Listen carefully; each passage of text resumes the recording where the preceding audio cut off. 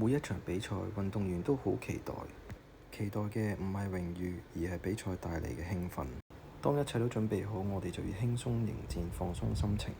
練習上嘅細節就好似要進行一次考試，絕對唔可以出錯。成個過程都要自己進行，游水、轉項、跑步，每一個項目嘅細節都變成自然反應。100米自由式留前鬥後，自由式嘅轉身技術，練習幾多，肌肉記憶就有幾多。甚至乎上水都需要練習，呢個過程只有落過場嘅先至有感覺。上水之後上氣唔接下氣，直衝去轉項已經變成一種恆常動作。轉項嘅時候最需要集中，立即揾返自己嘅位置，用最快嘅速度換上跑鞋。喺運動場拼盡全力，所有嘢都係出自於內心，渴望衝終點嘅感覺，拼盡全力嘅感覺。